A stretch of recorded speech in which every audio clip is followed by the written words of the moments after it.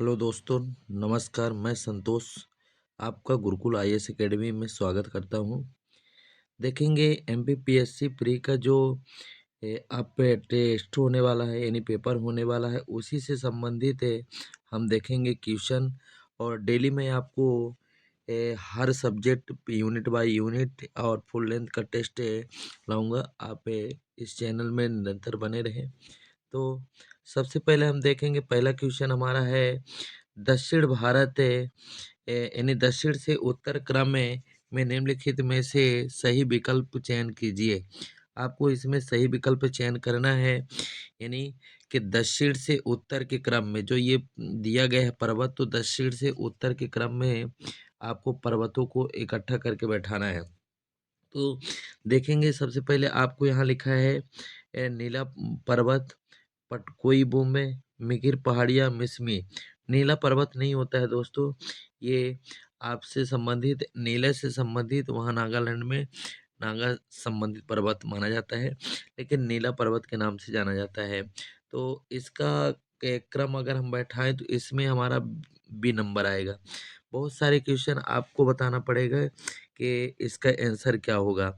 और पहले हम आपको केवल क्वेश्चन बता रहे हैं और आप कमेंट करके हमें इसका आंसर बताइएगा। फिर हम आपको पूरा आंसर का पीडीएफ जारी करेंगे, तो आप उसको देख सकते हैं। तो देखेंगे अगला क्वेश्चन हमारा क्या है, दार्जिलिंग पहाड़ियाँ किस राज्य में है।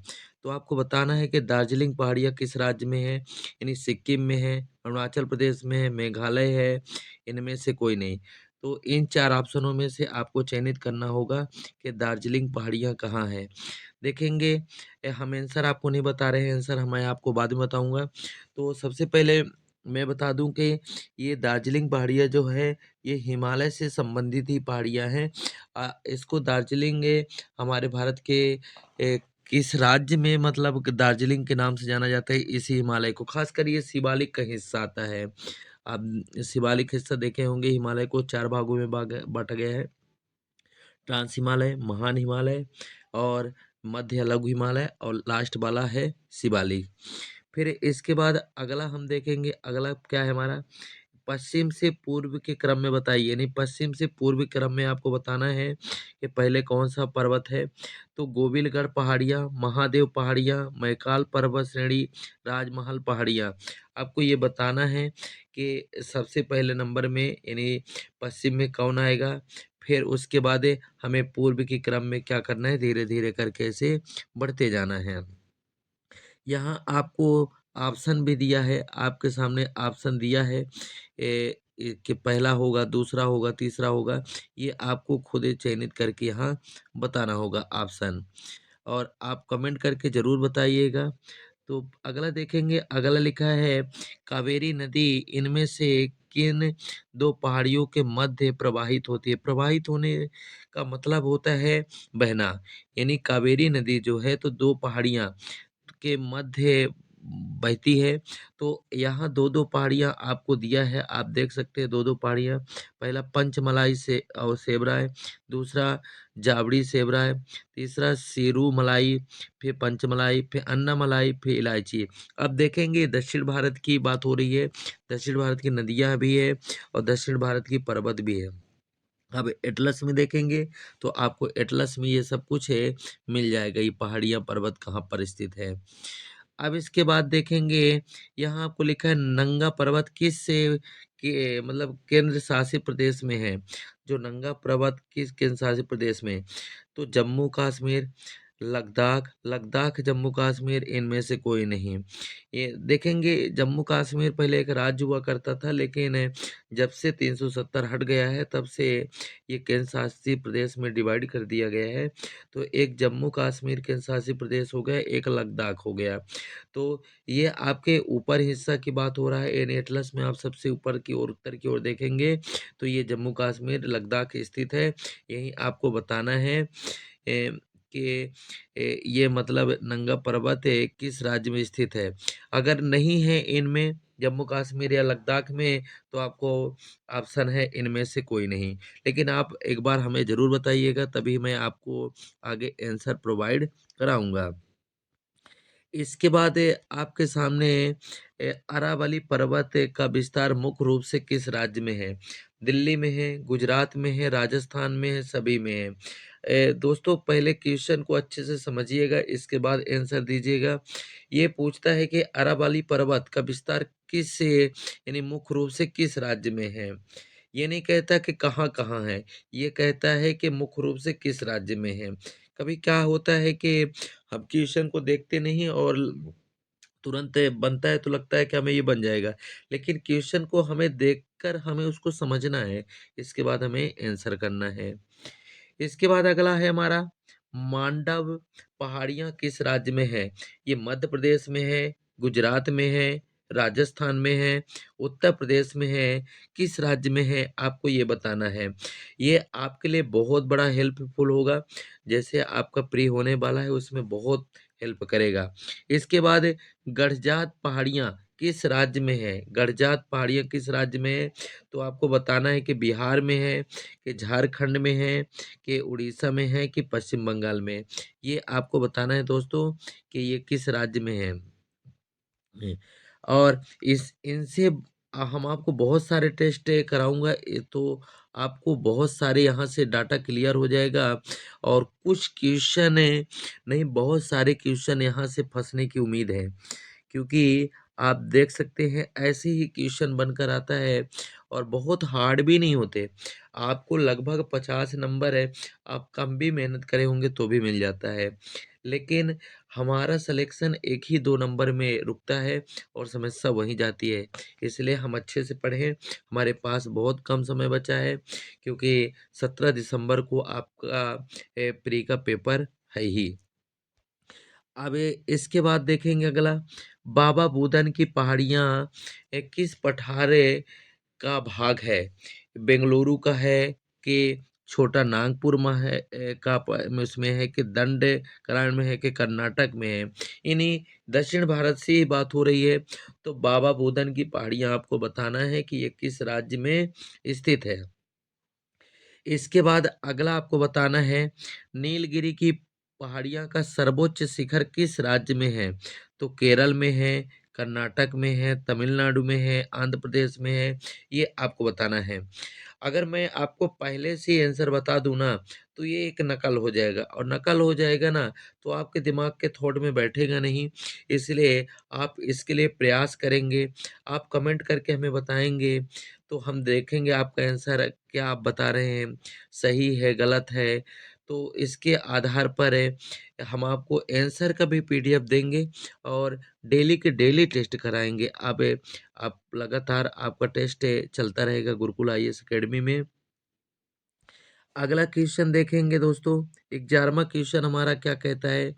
11वां क्वेश्चन में लिखा है यानी निम्नलिखित में से कौन-सा सबसे उत्तर में अवस्थित है?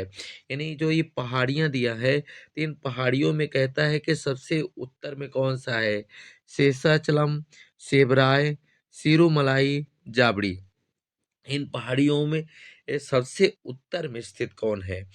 और एटलस का ऊपर वाला हिस्सा अक्सर हमारा उत्तर कहलाता है, उसी आधार पर आप देखेंगे।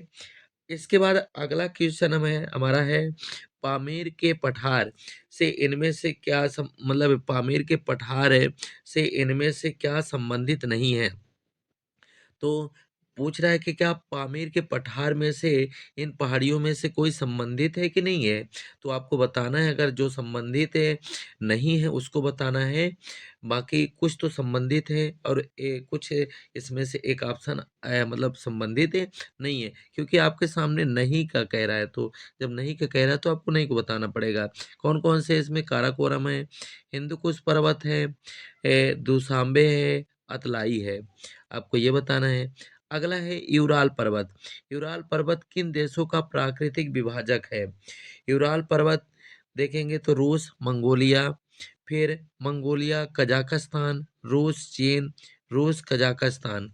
तो आपको एटलस में देखना है और ये बहुत हेल्पफुल होगा, बहुत ज़्यादा हेल्पफुल होगा आपके प्री के लिए।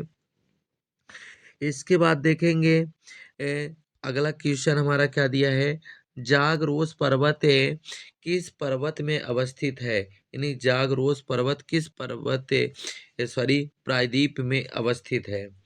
तो देखेंगे प्रायद्वीप में कह रहा है तो अरब प्रायद्वीप में, तिमीर प्रायद्वीप में, कोला प्रायद्वीप में, इनमें से कोई नहीं। तो आपको बताना है जागरोस पर्वत किस प्रायद्वीप में अवस्थित है।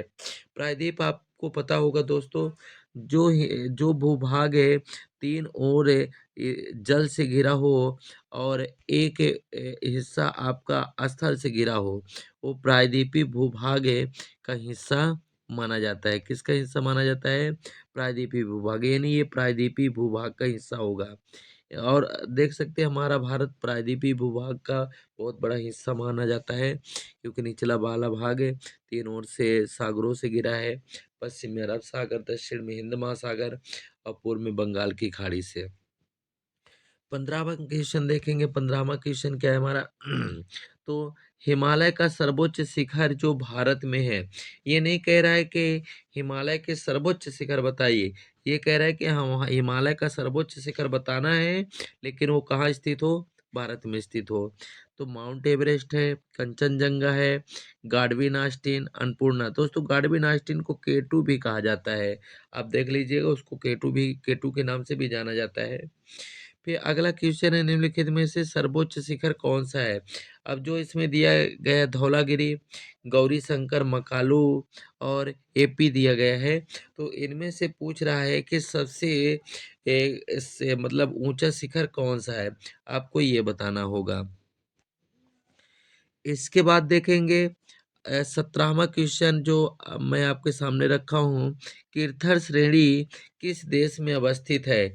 ईरान में, अफगानिस्तान में, पाकिस्तान में, तुर्कमेनिस्तान में। आपको देखकर इसमें बताना है कि किर्थर पहाड़ी यानी पहाड़ी या श्रेणी किस देश में स्थित है, अवस्थित है।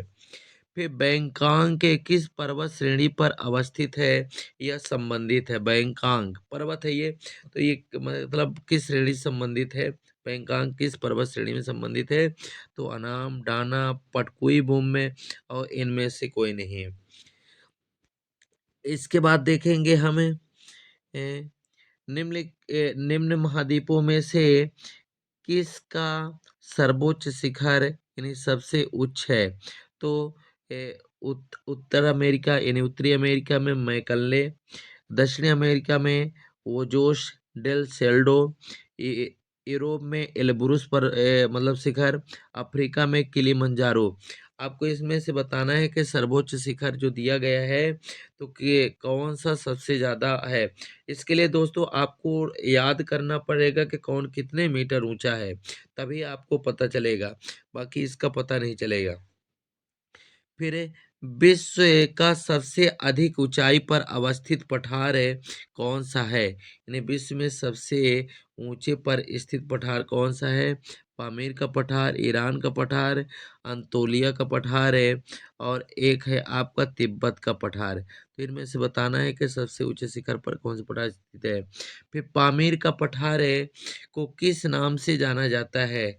तो संसार के मुकुट, संसार का शीर्ष, फिर संसार का शीर्ष। दोस्तों ये दो बार हो गया है। फिर संसार का छत है, यानी पामीर के पठार को किस नाम से जाना जाता है, आपको कमेंट करके बताना होगा। फिर इनमें से कौन सा पर्वत युग में ये यूरोप में नहीं है? यानी ये जो तीन तीन पर्वत दिया गया है, तो इनमें से पूछ रहा है कि कौन सा ये यूरोप महाद्वीप के अंतर्गत नहीं आता। तो आपको बताना है इसमें जैसे ग्रेम्पन, जूरा, हार्ज, कारपोथियन, यूराल, ब्लैक फॉरेस्ट, फिर पेरेनीज, पेनाइन, पेनाइन और फिर वासजेस, ये सब पर्वत मिलेंगे। दोस्तों ये मत सोचिएगा कि ये पर्वत कहाँ, आज तक तो मैंने नाम नहीं सुना, ऐसा नहीं है, सब कुछ है। अगर आपने थोड़ा सा डीप में पढ़ा होगा तो सब कुछ मिलेगा। अगर आप ऊपर ऊपर ही पढ़े होंगे तो फिर ये तो संभव नहीं है कि मिलना, इसलिए आपको एटलस का भी मदद लेना है। अगला, एटलस पर्वत का मुख्य भाग किस देश में है? तो मोरक्को में है, अल्जीरिया में, ट्यूनीशिया में, पश्चिमी सहारा में। ये आपको बताना है कि ये किस मतलब देश की हिस्सा है। इसके बाद दोस्तों देखेंगे अगला, माउंट कीबो किस शिखर का अन्य नाम है? तो माउंट एल्गन, माउंट रूबेन जोरी, माउंट सिनाई, माउंट किलिमंजारो। फिर इनमें से देखेंगे इनमें से किसे चंद्रमा का पहाड़ कहा जाता है? चंद्रमा का पहाड़ दोस्तों इसको विशेषकर इन्हें माउंटेन्स ऑफ द मून कहा जाता है।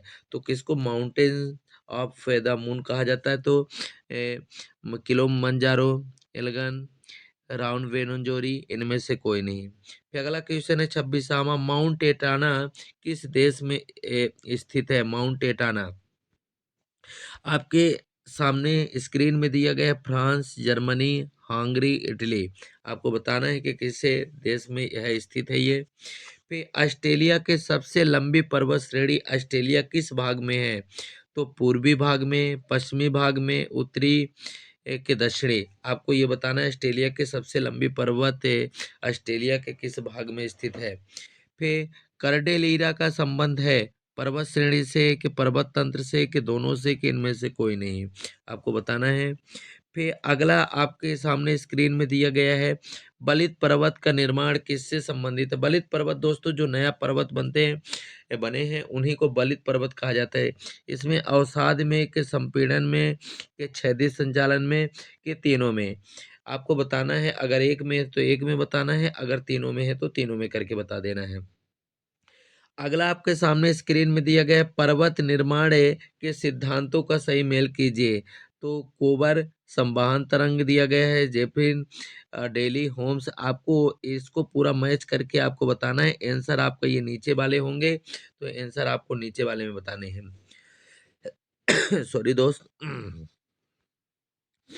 फिर देखेंगे इनमें से कौन सा एक मौलिक पर्वत का प्रकार है या उदाहरण नहीं है? तो बलित पर्वत, अवरोधी पर्वत, संग्रहित पर्वत, अवशिष्ट पर्वत। इनमें से आपको बताना है कि कौन सा नहीं है। फिर अगला देखेंगे, अगला क्वेश्चन कहता है भारत की सबसे लंबी नदी इनमें से कौन सी है? तो ये ब्रह्मपुत्र होगा दोस्तों, ये ब्रह्मपुत्र है, आपका गंडक है, और गोदावरी है, गंगा है। तो आपको बताना है भारत की सबसे लंबी नदी इनमें से कौन सी है? क्या ब्रह्मपुत्र है, क्या गंडक है, गोदावरी के गंगा? फिर प्रायद्वीपीय भारत की सबसे लंबी नदी, बहुत सारे सवाल पूछे जाते हैं, कृष्णा नदी, कावेरी, गोदावरी, नर्मदा। कौन सी नदी है ये आपको बताने हैं। फिर अगला क्वेश्चन आपके स्क्रीन के सामने, निम्नलिखित में से नदियों को उत्तर से दक्षिण के क्रम में अवस्थित करें। तो जो उत्तर से पहले उत्तर लगाना है, फिर उसके नीचे से दक्षिण की ओर लेके आना है और बताना है कि इसका सही क्रम क्या होगा। तो भीमा, मालप्रभा, भद्रा और पूर्णा आपको बताना है। फिर स्टेनली जलाशय किस राज्य तथा किस नदी पर है? तो पहले आपका राज्य दिया है, फिर बाद में ये आपके नदी दिए गए हैं। तो कर्नाटक, कर्नाटक के कृष्णा में, आंध्र प्रदेश के कृष्णा में, तमिलनाडु के कावेरी में, कर्नाटक के कावेरी में। अभी ये मत सोचिएगा कि दो दो राज्य में, भाई नदी है, नदी तो बहेगी, और ये किस राज्य में जाकर बना है ये जलाशय, आपको ये बताना है, और किस नदी में है। फिर अगला क्वेश्चन, इनमें से कौन सी नदी अरब सागर में जाती है? तो इनमें से बताना है कि आपको को कौन सी नदी अरब सागर में, पलार, स्वर्णरेखा, वगाई, मांडवी, कौन सी जाती है आपको बताना है। फिर पश्चिम की ओर प्रवाहित सबसे लंबी नदी जो अरब सागर में मिलती है वो कौन सी है? तो ताप्ती नदी, मांडवी नदी, नर्मदा नदी, राचोल नदी। तो पश्चिम में आपको देखना है। अब देखेंगे, आप सोचेंगे कि राचोल नदी, ये तो नदी में पहली बार नाम सुन रहे हैं। देखो कुछ ऐसी नदियां हैं दोस्तों के आप नाम नहीं सुने हैं, और वो छोटी नदियां हैं, लेकिन छोटी बात बहुत बड़ी बात होती है एमपीपीएससी यानी आयोग के लिए, और इसी में आप बाहर हो जाते हैं, इसलिए आपको ज़्यादा से ज़्यादा डीप में पढ़ाई करना चाहिए। अगला क्वेश्चन है, एक ही राज्य में प्रवाहित है भारत की सबसे लंबी नदी कौन सी है? यानी एक राज्य में सबसे ज्यादा प्रवाहित होने वाली लंबी नदी कौन है? तो गंगा है, नर्मदा है, गोदावरी है, इनमें से कोई नहीं। अगर इनमें से कोई नहीं है तो आप बता दीजिएगा कि इनमें से कोई नहीं है। फिर भारत के किस नदी को ग्रीष्मकालीन मानसून तथा लौटते हुए मानसून दोनों से जल प्राप्त होती है? यानी भारत के किस नदी में ग्रीष्मकालीन मानसून तथा लौटते हुए मानसून दोनों से जल प्राप्त होती है? तो कृष्णा से होती है, कावेरी से, गोदावरी से, सिंधु से, ये आपको बताना है। फिर गंगा की सबसे लंबी सहायक नदी कौन सी है? यानी गंगा के सबसे लंबी सहायक नदी कौन सी है? तो आपको बताना है कि सोन है, कि गंडक है, कि घाघरा है, यमुना। आपको जैसा ऑप्शन दिया रहेगा, ऑप्शन के आधार पर चलना है। अगर कभी ऐसा हो कि जो सही है नहीं है, उसका दूसरा तीसरा क्रम दे देता है दोस्तों, इसलिए आपको इसमें अचंभित नहीं होना है, आपको अच्छे से पढ़ाई करना है। गंडक नदी का यानी गंडक नदी को नेपाल में किस नदी के मतलब किस नाम से जाना जाता है? तो शालिग्रामी के नाम से जाना जाता है, कि सदानीरा के बड़ी गंडक के नाम से जाना जाता है, या कि नारायणी के नाम से जाना जाता है? ये आपको बताना होगा कि किस नाम से जाना जाता है। अगला, किशन गंगा किस क्षेत्र या राज्य में बहती है? तो किशन गंगा देखेंगे हिमाचल प्रदेश, उत्तराखंड, लद्दाख, जम्मू और कश्मीर। किस राज्य में है आपको बताना है। चंद्र एवं भागा नदियों से मिलकर किस नदी का निर्माण होता है?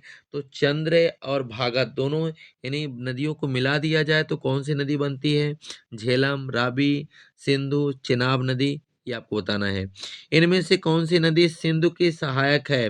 तो झेलम, रावी, सतलुज, चिनाब, आपको बताना है। अगर दोस्तों आपको लगता है कि हम साथ में आंसर बताते चलें, तो आप हमें कमेंट करके बताइएगा, हम ज़रूर साथ में आंसर बताएँगे। और अगर आप चाहते हैं कि पहले हम लगाएँ और फिर आंसर हमें पता हो, तो उसके लिए भी मैं आपको पीडीएफ या अलग से वीडियो डाल दिया करूँगा, या कि फिर मैं लास्ट में डाल दिया करूँगा इसी मतलब वीडियो के लास्ट में। लेकिन इस वीडियो में नहीं डालूँगा, आपके कमेंट का इंतज़ार रहेगा, इसके बाद मैं वो काम करूँगा। अगला, भारत का सबसे बड़ा नदी तंत्र कौन सा है? तो सिंधु है, ब्रह्मपुत्र है, गोदावरी है, गंगा, आपको बताना है। फिर विश्व की सर्वाधिक लंबी नदी कौन सी है? अमेजन है, कि ब्रह्मपुत्र है, यंगतासी, के नील नदी है? विश्व की सबसे लंबी नदी आपको बताना है। फिर किस नदी से कर्क रेखा दो बार गुजरती है? कांगो नदी, अमेजन नदी, और आपके सामने यहाँ दिया है गंगा नदी, माही नदी। तो आपको बताना है कर्क रेखा। दोस्तों तीनों तीन ऐसी नदियां हैं जो अलग अलग तीनों रेखाएं दो बार काटती हैं, जैसे आपका विषुवत रेखा यानी भूमध्य रेखा, मकर रेखा, कर्क रेखा, इनको याद रख करके रखे रहना है। अगर आप नहीं जानते तो आप कमेंट करके बताइए, ये कहा कि हम नहीं जानते सर, हमें बताइए, तो मैं बिल्कुल आपको बताऊंगा बना के। फिर मर्रे डार्लिंग नदियां मर्रे और डार्लिंग नदियां किस महाद्वीप की नदियां हैं? तो एशिया की है, कि यूरोप की है, ऑस्ट्रेलिया की, उत्तरी अमेरिका, आपको बताना है मर्रे डार्लिंग नदियां किस महाद्वीप में है। अमेजन नदी का मुख्य सहायक नदी कौन सी है? टापोज, नोग्रो, जापुरा, मेडीरा, आपको बताना है। इसके बाद अगला क्वेश्चन 50 में देखते हैं। ये सारे क्वेश्चन आ चुके हैं दोस्तों, इसलिए इनको ध्यान से पढ़ना है। इटली की गंगा किस नदी को कहा जाता है? तो बेफनी, बोल्टाना, आसिया, पो नदी को कहा जाता है। किसको कहा जाता है? फिर निम्नलिखित में से काला सागर में गिरने वाली नदी कौन सी है? सीन है, एलब है, राइन है, डेनबू या डेनबू है। ठीक है। फिर इसके बाद अगला देखेंगे। दोस्तों हमें बहुत ज़्यादा जुकाम किया है, गला भी बैठा है, इसलिए हो सकता है कि कुछ बोलने पर आवाज़ आपको सही समझ में ना आए। तो आप थोड़ा-सा इसको स्क्रीन में अच्छे से देखिएगा, क्योंकि गला बैठने के कारण आवाज़ सही नहीं निकल रही है। फिर भी मैं आपके प्री को देखते हुए बना रहा हूँ वीडियो। अब देखेंगे अगला, लिवरपूल की खाड़ी लिवरपूल की खाड़ी किस देश और सागर के अंतर्गत आती है? तो ये जैसे कि लिब्राडोर सागर में, यूएई के अरब सागर में, फिलीपींस सागर में, यूके के आयरिश सागर में, आपको बताना है। लाल सागर को भूमध्य सागर से कौन सी नहर जोड़ती है? यानी लाल सागर और भूमध्य सागर को कौन सी नहर जोड़ती है? तो आपको पता होगा। आप अगर क्लास में भी पढ़े होंगे आप, तो एनसीईआरटी लागू हो गए, उनमें भी बहुत सारी चीज़ मिल जाते हैं। लगभग 70% तो आप 6 से 12 तक के एनसीईआरटी कंप्लीट कर देती है। तो केल पनामा, सुएज, इनमें से कोई नहीं। जो भी है आपको बताना है। टॉरस जल संधि किसे जोड़ती है? तो अफूरा सागर तथा बांदा सागर, सोलोमन सागर तथा कोरल सागर, कोरोल सागर तथा तासमान सागर, अराफुरा सागर तथा पपुआ की खाड़ी को। कुक जल संधि किस देश के द्वीपों के मध्य विभाजन का कार्य करती है? तो ऑस्ट्रेलिया, यूके, क्यूबा, न्यूजीलैंड। ये आपको बताना है। इसके बाद 56वां क्वेश्चन देखते हैं दोस्तों, क्या लिखा है। प्यूर्टो रिको की खाई किस द्वीप के सबसे निकट है? तो Jamaica, Haiti, Cuba, Puerto Rico. Hudson की खाड़ी किस देश में है? तो कनाडा में है, ऑस्ट्रेलिया में है, संयुक्त राज्य अमेरिका जिसको यूएसए बोलते हैं, ब्राजील में। तो आपको बताना है कि किसमें है। अगर आप चाहते हैं कि हम लाइव भी आए तो मैं लाइव भी आपको आऊँगा। आप लाइव में आप अपने आंसर दे सकते हैं। तो फिर इसके लिए आपको शाम को लाइव ही आना पड़ेगा। अगर आप चाहते हैं तो आप कमेंट करके वो भी बताइएगा। जावा खाई किस महासागर का सबसे गहरा स्थान है? तो प्रशांत का है कि हिंद का है कि अंध का है कि आर्टिक का है? आपको बताना है। इसके लिए 1 मिनट दोस्तों, क्या हो गया ये? तो देखेंगे आगे। अब हम 56 क्वेश्चन हो गया था लगभग हमारे। हाँ, हडसन खाड़ी, जावा, ये भी हो गया था। अब विश्व की सबसे बड़ी खाड़ी ये देखेंगे। कहता है कि विश्व की सबसे बड़ी खाड़ी कौन सी है? Korea, Suez, Mexico, Bengal. आपको बताना है। पीला सागर किस देश से संबंधित है? जापान, कोरिया, वियतनाम, चीन। किससे संबंधित है ये आपको बताना है। फिर देखेंगे अगला क्या है। जापान का सबसे बड़ा द्वीप कौन सा है? तो होन्शु, हिकड़ो, शिकोकू, क्यूशू। आपको बताना है। जापान और कोरिया के मध्य की जल संधि सुगारू की, सुसीमा, इनमें से कोई नहीं। कौन सा सी जलधारा गर्म होते हैं? ठीक है ना, गर्म है। लानीना, हम्बोल्ट, कैलिफोर्निया, अलास्का। ये बताना है। ये विश्व भूगोल से संबंधित है आपका। ठीक है। इसके बाद सरगैसो सागर किस महासागर का भाग है? हिंद महासागर, प्रशांत महासागर, आर्कटिक महासागर या अंध महासागर? ये आपको बताना है। फिर इसके बाद अगला क्वेश्चन देखेंगे। ओपियोसियो धारा के किस नाम या अन्य नाम से जाना जाता है? तो प्रति क्यूरसो, सुसेमो, क्यूरसो, क्यूरलाइल यानी कुरिल। फिर देखेंगे महासागरीय धाराओं की गति में परिवर्तन लाने वाले कारक इनमें से कौन सा है?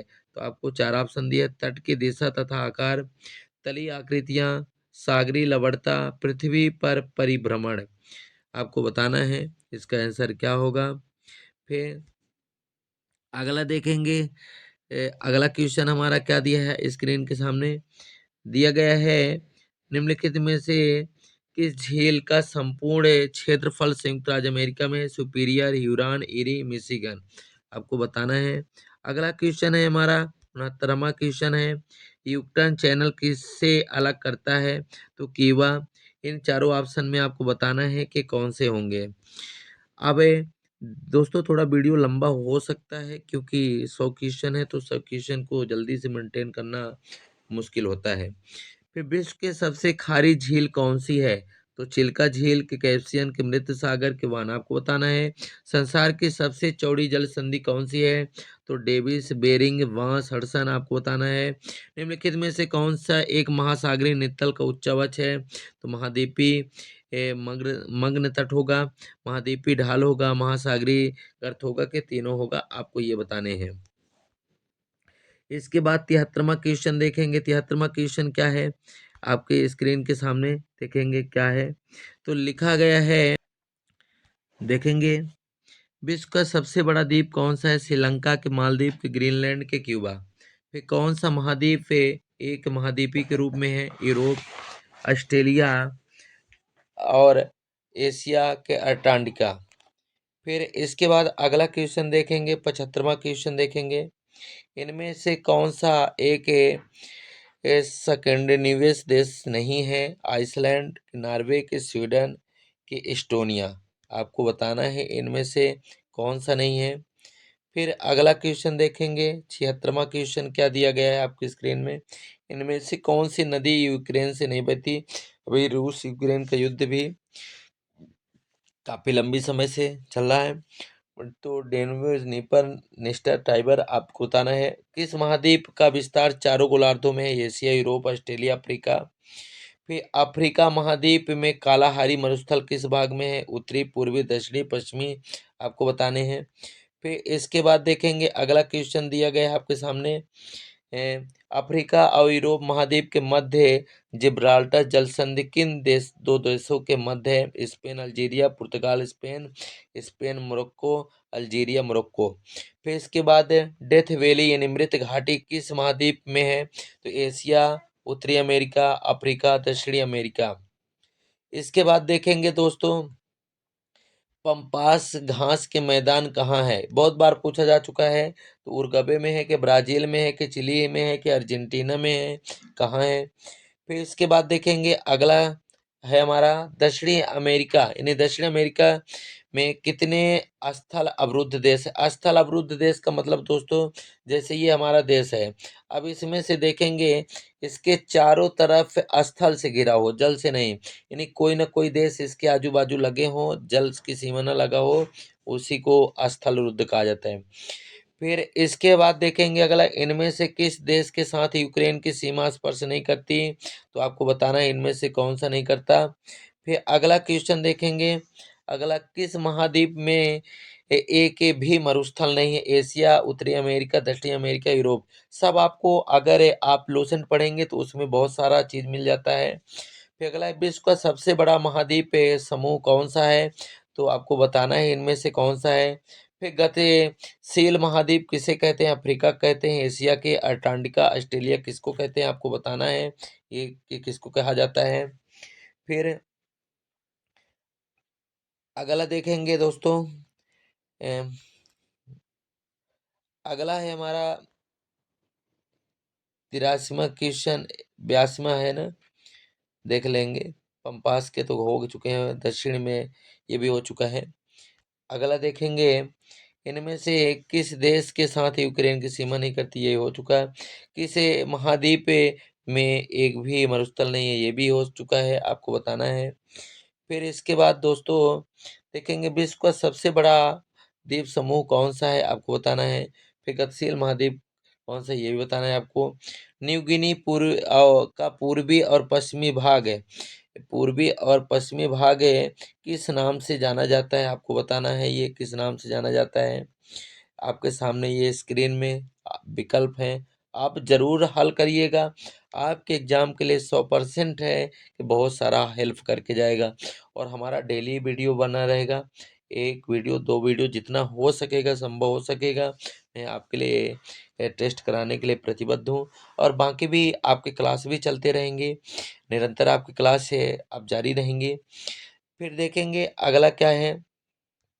अगला दिया गया है कि धर्मों के आद्य भूमि तथा सभ्यता का पालना, ये शब्द बिल्कुल दिमाग में चढ़ा लीजिएगा। सभ्यता का पालना किस महाद्वीप को कहा जाता है। अफ्रीका के, ऑस्ट्रेलिया का, यूरोप को, किनमें से किसी को नहीं कहा जाता है। फिर इसके बाद देखेंगे अगला है, हिमालय का वरद पुत्र किस देश को कहा जाता है। भारत, भूटान, तिब्बत, नेपाल किसको कहा जाता है।